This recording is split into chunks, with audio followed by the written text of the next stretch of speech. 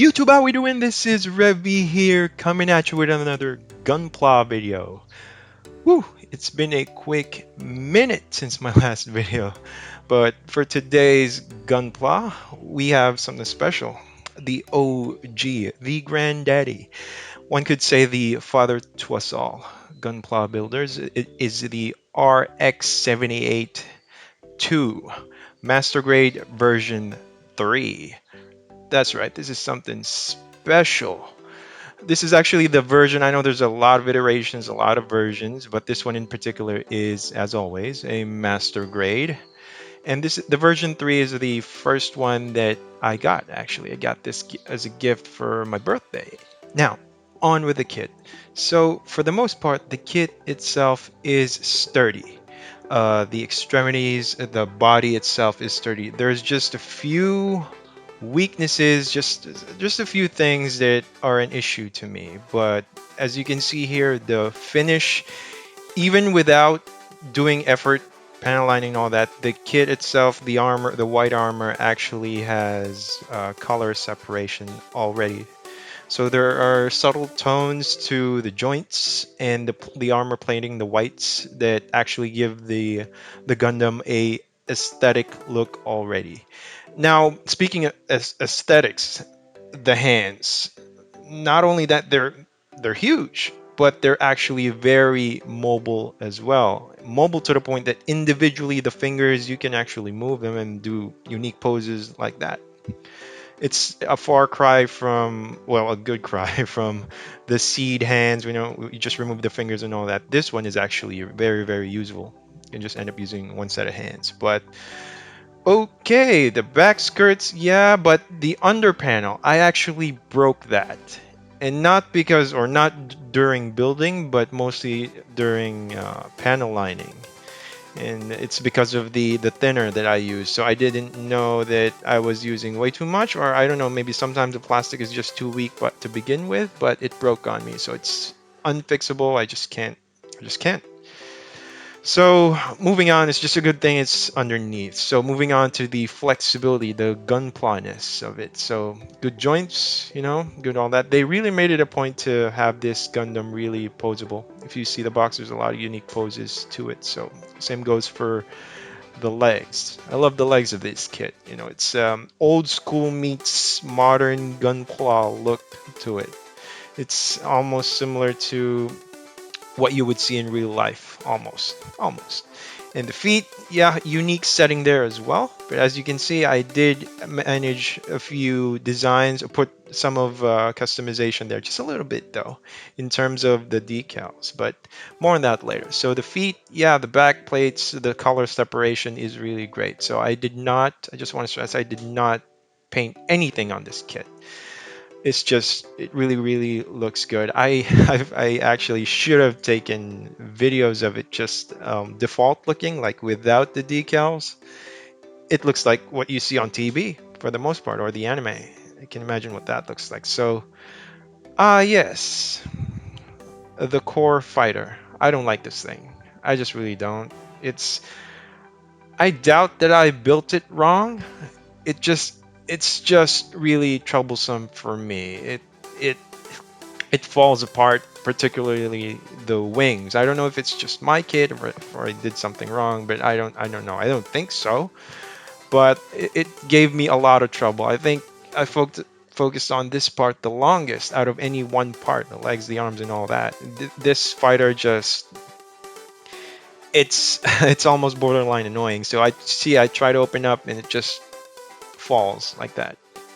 Now maybe I did something wrong. Now maybe, but I really doubt it. I looked at the hinge there, and it's just very unreliable, to be quite honest. So I didn't even bother customizing the thing because it's just, I don't plan on using it. Although this is actually made, or was intentionally built so that it can actually go inside the fighter. So you just need to take off the landing gear, push the cockpit backwards, and then bend it down like so.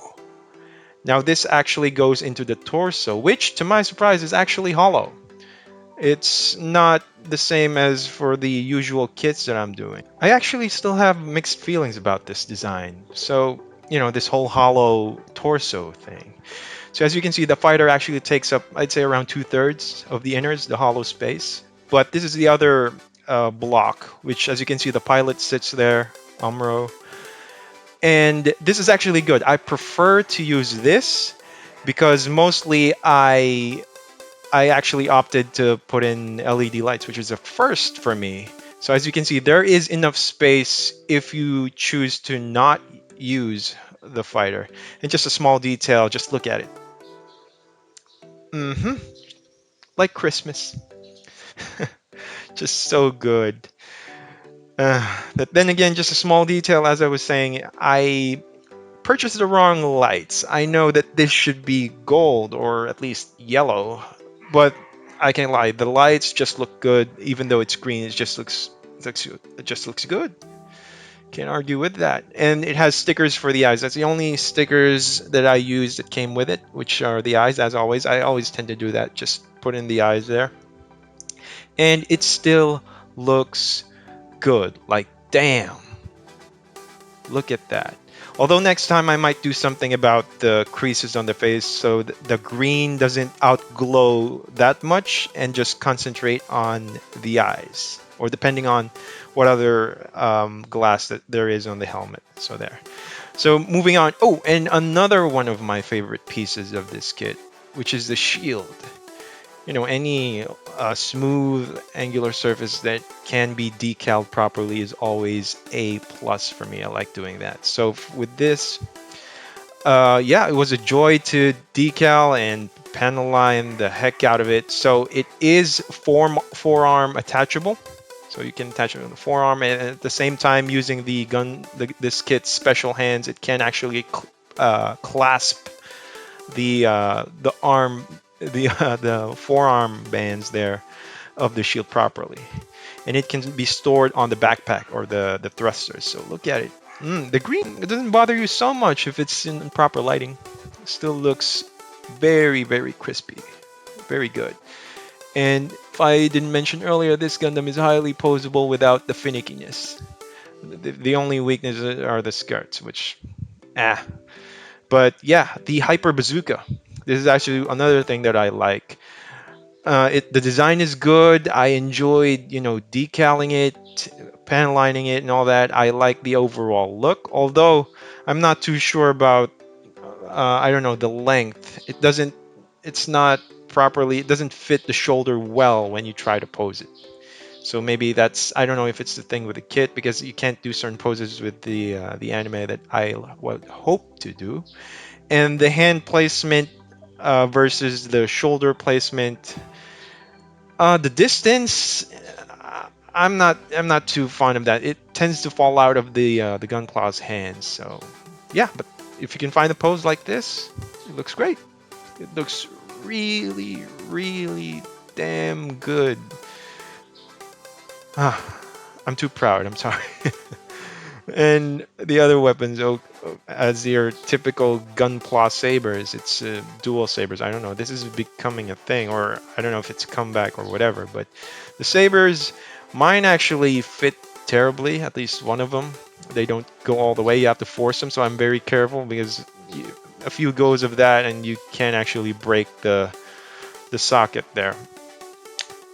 But yeah, saber looks good. Your typical Gunpla sabers there. So not too huge. I'm not too big of a fan of the sabers, but hey, they're there. Might as well use them. They're in the series. They're for Gundams. Again, not my thing, but hey, they're still cool regardless. And the beam rifle, the very first non-battleship beam rifle made for a mobile suit. And this is the famous final shot before the RX-78 gets destroyed and inevitably gets replaced and all that's so good. Classic stuff. The magazine can flip out to the left for additional dynamic posing.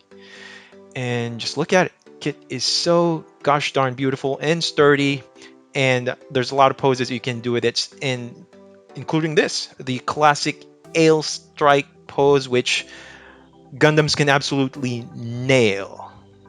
Oh, and before I forget, to finish, I just did a layer of clear coat, then water slide decals, and finally matte top coat. So I hope you enjoyed this brief look at the RX-78 MG version 3. I'll see you in the next video.